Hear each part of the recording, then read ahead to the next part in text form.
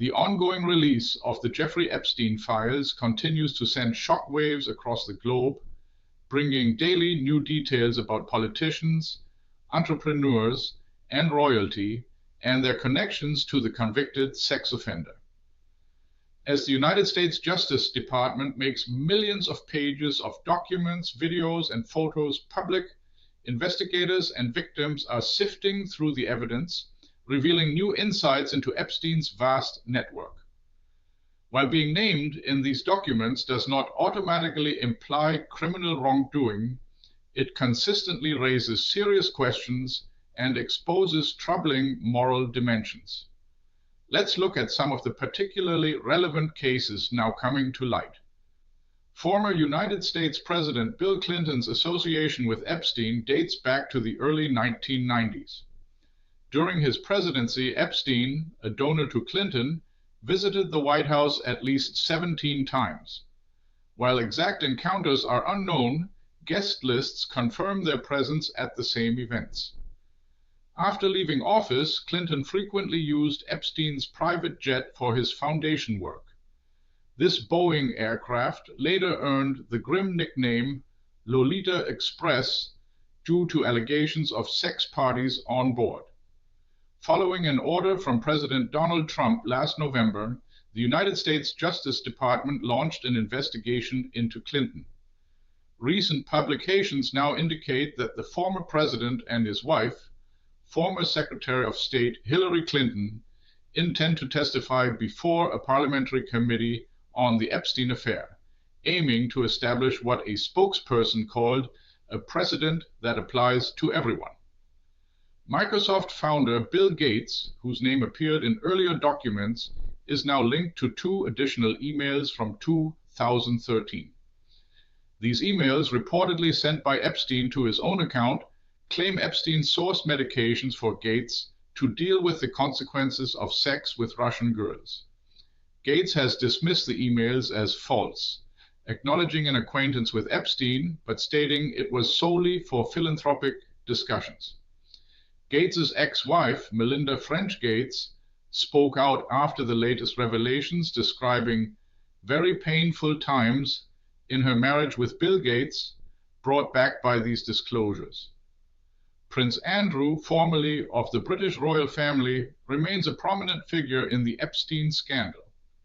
Having lost his royal titles due to his association with Epstein and accusations involving underage Virginia Giuffre, for whom he paid a substantial out-of-court settlement, he now faces further scrutiny.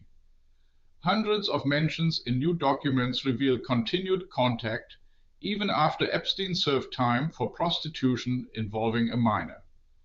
One concerning detail points to Epstein possibly arranging a dinner for Andrew with a 26-year-old Russian woman in London in 2010. Investigators also found an undated photo showing the former Prince Andrew kneeling on all fours over a woman lying on the floor, believed to be taken in Epstein's New York apartment. Sarah Ferguson, also known as Fergie, former wife of Prince Andrew, was previously known to have contact with Epstein. She admitted accepting approximately 17,000 euros from him in 2011 and publicly expressed regret. However, new emails linked to Ferguson in the latest batch of Epstein files show a deeper familiarity, suggesting a dependency.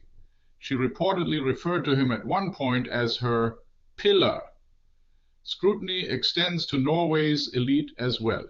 Crown Princess Mette-Marit reportedly maintained close email contact with Epstein for years, even after his 2008 conviction.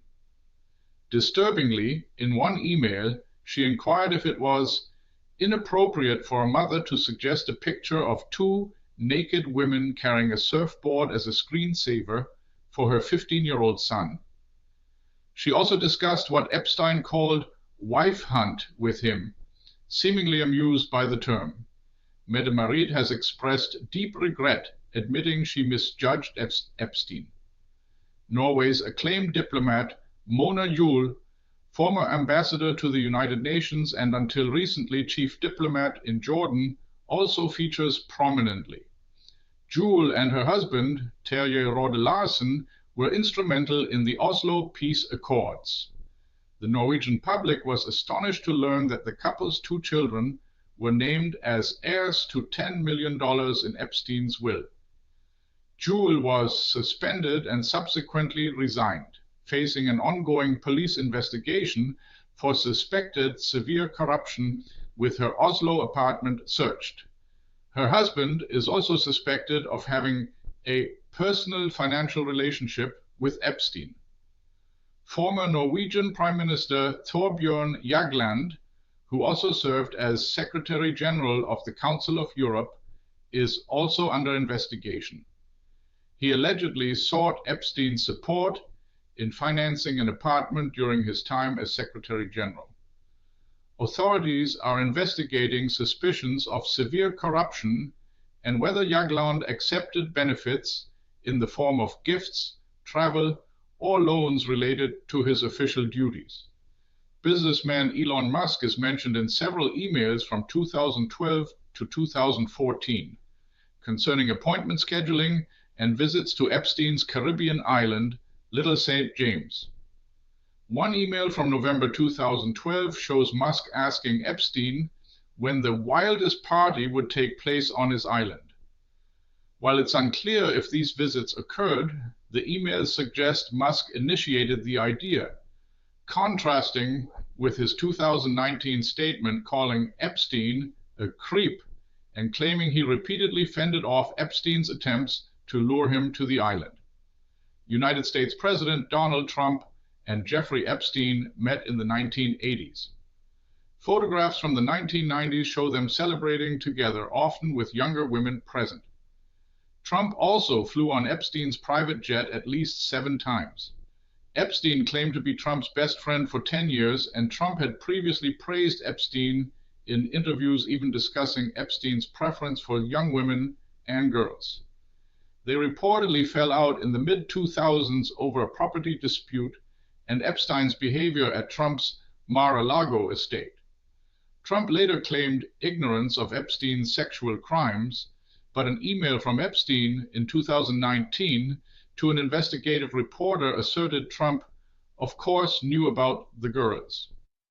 Thousands of mentions of Trump in the latest documents do not offer substantially new, verifiable information about their relationship.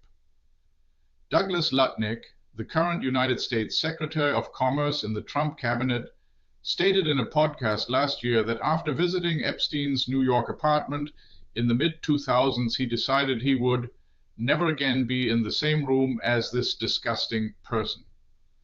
Lutnick was Epstein's immediate neighbor at the time. However, his stance seemingly shifted.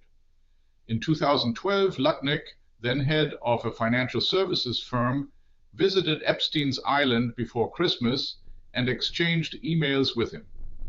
Epstein later thanked Lutnick for the encounter, and in 2015, Lutnick invited Epstein to a fundraiser for Hillary Clinton. Despite this, Lutnick maintains he spent 0 time with Epstein. The release of documents concerning Peter Mandelson's contact with Jeffrey Epstein abruptly ended his political career last September, just months into his role as British ambassador to the United States. A 2002 birthday book for Epstein, in which Mandelson hailed him as his best mate, became public. Mandelson's contact with Epstein apparently came through Ghislaine Maxwell. In the years after 2002, Mandelson and his then partner reportedly received tens of thousands of pounds from Epstein. Their contact continued beyond Epstein's 2008 conviction, with Mandelson even encouraging Epstein to fight the length of his sentence. Mandelson sought Epstein's advice on intimate matters and seemingly provided him with internal government documents, a revelation that could cost him his seat in the House of Lords. The London police are now investigating him for abuse of office, though Mandelson maintains he trusted Epstein and was unaware of his misdeeds. Former Israeli Prime Minister Ehud Barak's name appears thousands of times in the documents. The records confirm Barak's contact with Epstein over many years, including after his 2008 conviction, with emails, letters, and chat logs frequently discussing meetings and phone calls. In 2013, Epstein recommended Barack explore the software company Palantir, and Epstein also invested in one of Barack's companies.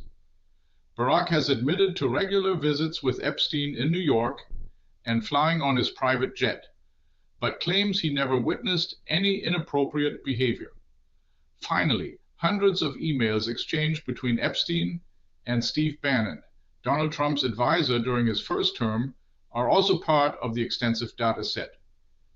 The emails often touch on politics, sometimes in a disparaging tone, and hint at a documentary Bannon reportedly planned to rehabilitate Epstein. Particularly unsettling is a newly released interview between Bannon and Epstein from 2019, shortly before Epstein's rearrest. The conversation offers a glimpse into Epstein's unrepentant view of his own actions, stating he hadn't reflected on why he ended up in prison in 2008, because that would probably mean I'd be too self-reflective. The full extent of Epstein's network and the implications for those involved continue to unfold, prompting investigations and further public revelations. Stay tuned for more updates on this developing story. This video was generated using artificial intelligence. Thanks for watching. If you enjoyed this video, don't forget to give it a thumbs up and subscribe to our channel for more updates. See you next time.